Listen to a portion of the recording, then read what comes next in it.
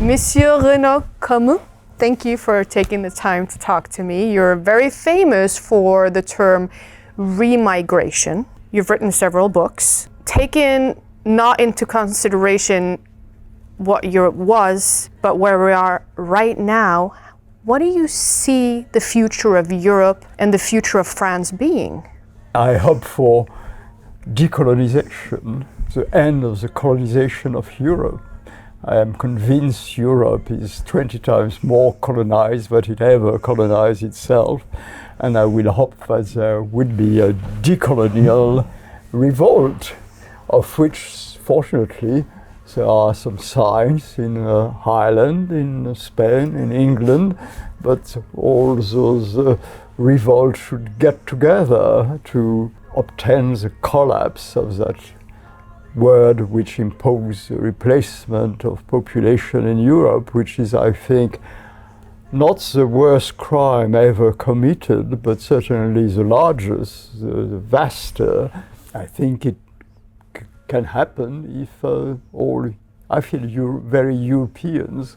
I am a European myself. I mean, nothing European is stranger to me. I think all Europe should get together and all the people should get together and in the same time to revolt against that colonization which is imposed to them and which is monstrous and terribly cruel and murderous. It is cruel and murderous. We have had mass migration and colonization, as you put it, that has resulted in lives actually lost. Yes, There's many of them. Many of them has been lost. There's been terror attacks. It's the daily terror, as I call it, with the stabbings and all of this going on. And then also birth rates going down and politicians saying that we need migration for workforce, yet they do not impose any policies to rise childbirth within their own population. So there is a replacement going on, as you're saying. Replacement was the term I was referring to earlier, not remigration. But how would we go about this whole decolonization? How can we do that peacefully and not in revolt? You say England and Ireland. What you see in England has a tendency to, and Ireland, they're a little bit more aggressive. They do burn asylum housing down. They tend to be more aggressive. As long as there is no one in the buildings, it's almost all right. Such ugly buildings can be burned, as long as, of course, no one is killed in the process. But do you think there's a peaceful solution to decolonization, and how would we go about that? Well, a lot of decolonization in history have happened very peacefully. The French colonization of Africa, for instance, one day France withdrew because the people wanted France to withdraw. It was very peacefully, no incident at all. In Algeria, it was a little more eventful, to put it politely. But some colonization have been very peaceful. In India, for instance, the decolonization of India has been very peaceful as such. Of course, there has been a civil war afterwards between the Indians and the Muslims, but the proper decolonization went fairly tranquilly. Yeah, it doesn't seem like, and we talked about this today at this conference here at Remigration 2025. There's been some questions about the conspiracy of supernatural organizations or Davos or elites or a globe. We know that there's a wish of sorts between nations of a global government. We heard Klaus Schwab say this. We have seen this with the United Nations goal to have a global governance sort of system in place. You said the machinery eats itself. Yes.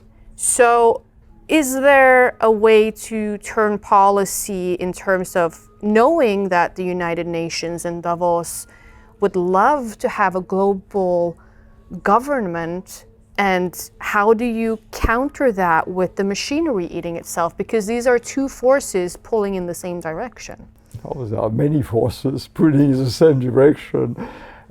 All forces, in fact, they have all forces, since they control schools, they control universities, they control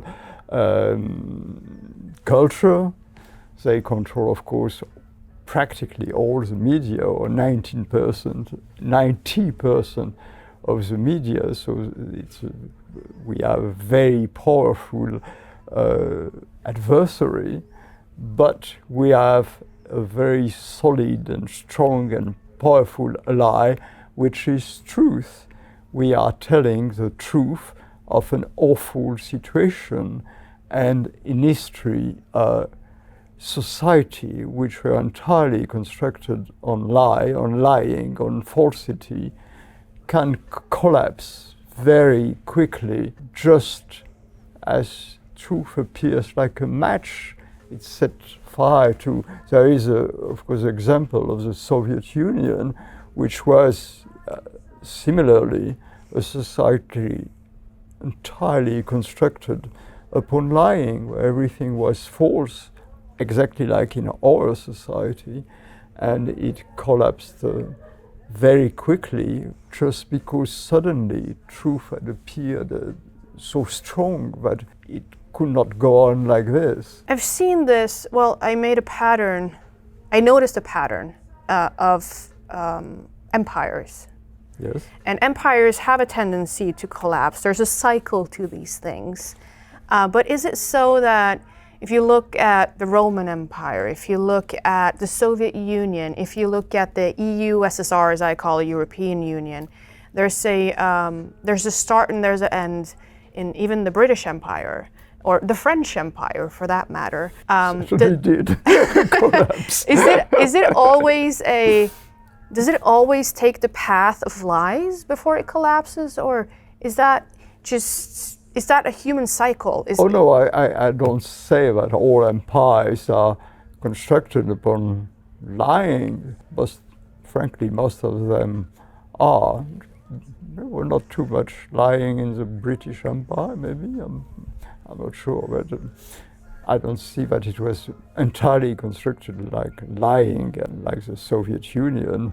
The Roman Empire is a different case. Maybe the Roman in the last 2 or 3 centuries have nothing much Roman left.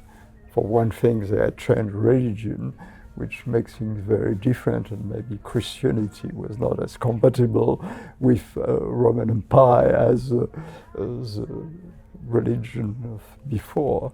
So in that way, it might have been lying in relation to their traditional structure. I guess what I'm asking you is, in the broader picture, looking at geopolitics, because there's always been some force of an empire-like state controlling some forces on the geopolitical plane.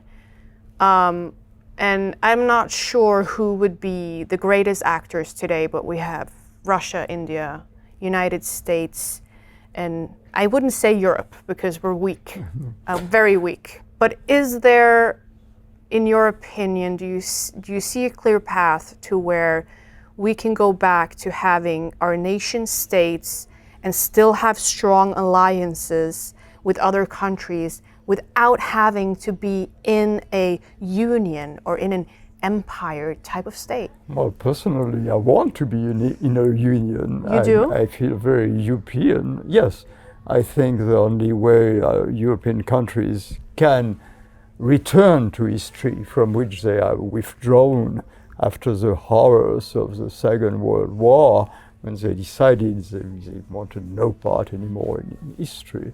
The only way they can return to history is in union. Union, of course, respectful of the different states and of their culture and civilization. I like the word confederacy rather than a federal union. on the model of Switzerland, for instance. I do think Europe should be much more united. I think it should leave Brussels, which is a Vichy of collaboration, which is selling over Europe to Africa and Asia. But I think, for instance, Vienna would be a perfect capital for Europe. It's much more central than Brussels. It's where Southern and Northern Europe meet, where Eastern and Western Europe meet, and where Protestant Europe and Catholic Europe meet. And it is a city which has all of the characters of an imperial capital with no empire. So it's, I think we should have, yes, a capital in Vienna with an elected president, which might be in Schönbrunn. I feel very much European, and I'm very partisan of a European power, and of course of a remilitarization of Europe. I see that, looking at Europe, it is, in my opinion, the most diverse continent on planet Earth, or it was before mass migration started, with its many languages, many different cultures, and I guess you could say being very individual in its origin. Yet, I'm surprised to hear your answer, because the European Union has done nothing but destroy the cultural identity. I entirely agree on that. People say that the European Union's policy has been a disaster from the start. I could not agree more. But the Norwegian policy and the French policy has been just as much a disaster, and we don't want, for that reason, the abolition of Norway and the abolition of France. So I don't want the abolition of a European power, quite to the contrary, I believe in. But it is utterly true that it has been the real, actual European Union as a disastrous and criminal and treasonous policy, of course. But so have all French government in the last 40 years, and they are entirely in the hand of what I call democracy, which is the ruling of the world by the Remplacist ideology and by Davos, that is big tech, big state, big money, and an entirely economical and financially and numeric, also cybernetic conception of the world. But precisely we should revolt against that in an anti-colonial revolt. I think, again, that remigration and decolonization are what we must do. And it would be true. In France, for instance, there is a movement which call itself the indigents and decolonial indigents, and they are all from Africa and in other places in the world. We are the real indigents and the only indigents in France, and we should be in Europe, and we should be the only decolonial. I'm all for a decolonialist movement, which has always won. Well, not always, but almost always. I mean, the Chinese colonial empire, and maybe the Russian colonial empire, and certainly the Muslim colonial empire have not much decolonialized, except for the Muslim colonial empire in Spain in the 15th century and in Israel in the last few decades.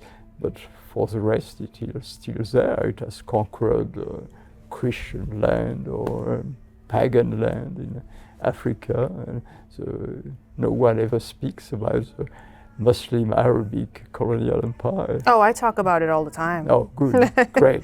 Because they claim that that Israel is being occupied, and here they are in the entire Middle East and the Arab world, or in Syria, and that they colonized. Israel is a great example of decolonization. Yes. If Israel could decolonize after the 20th century, we could certainly decolonize after having not even lost our country yet.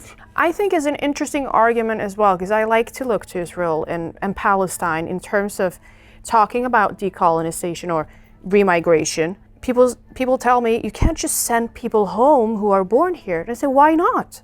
In Palestine, they inherit their status as a refugee.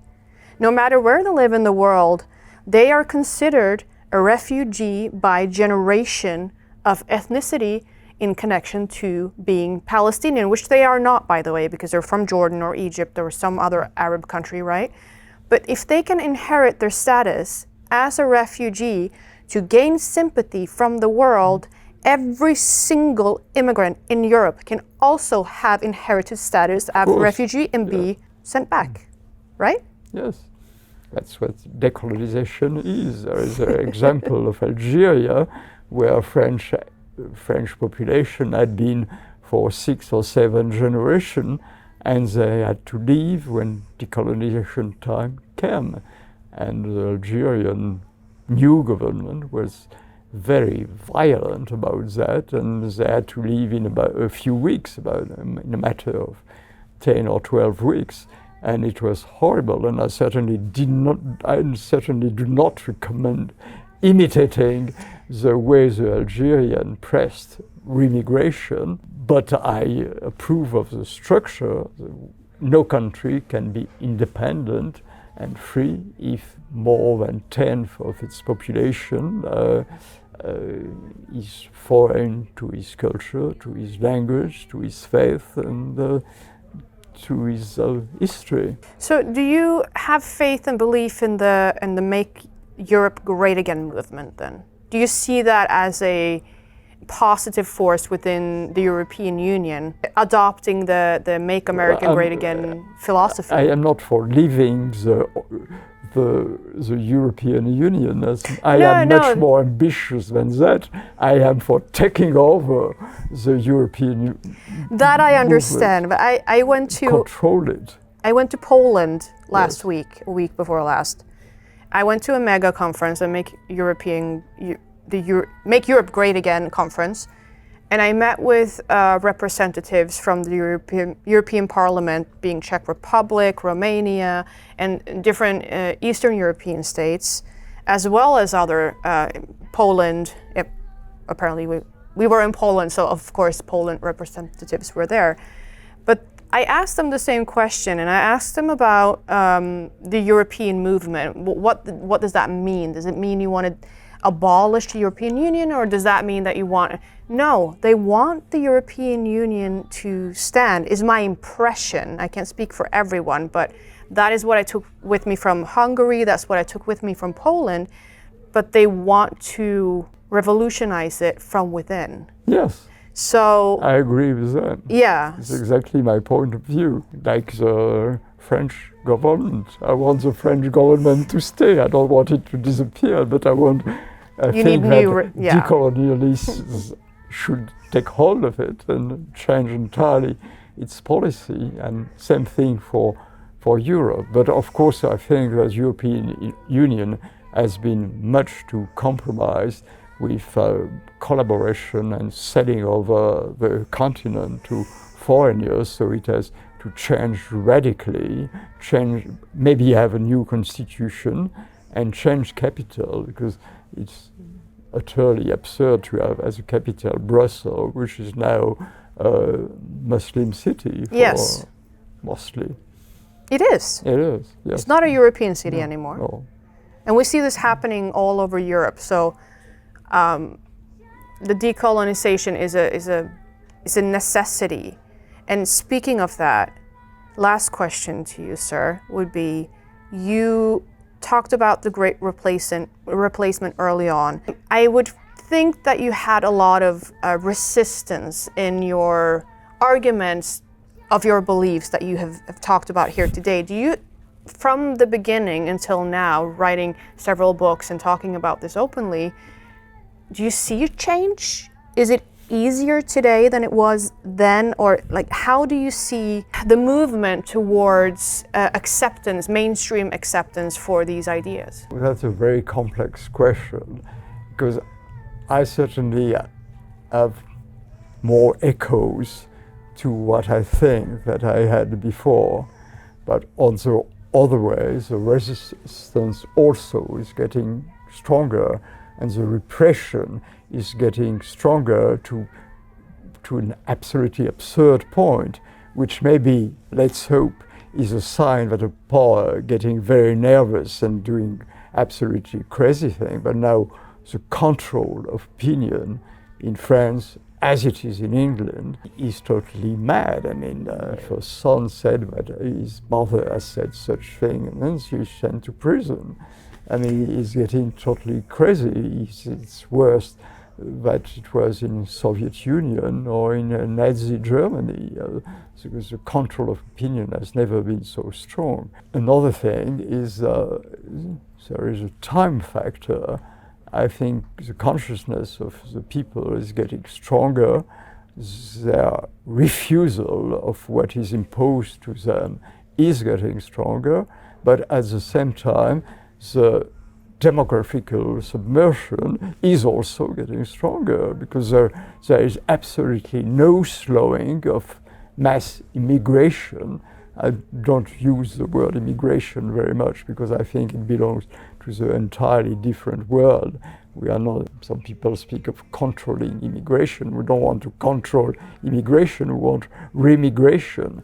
Immigration was a phenomenon from the late 19th century to the late 20th century, but what we are witnessing now has nothing to do with immigration. Immigration has never been that.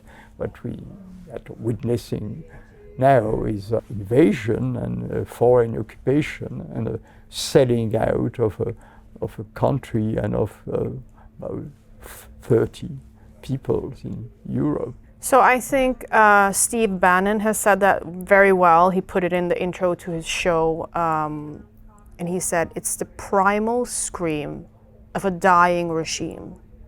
And I think that's true in terms of censorship laws, in terms of putting mothers in prison for being concerned about immigrants stabbing her children.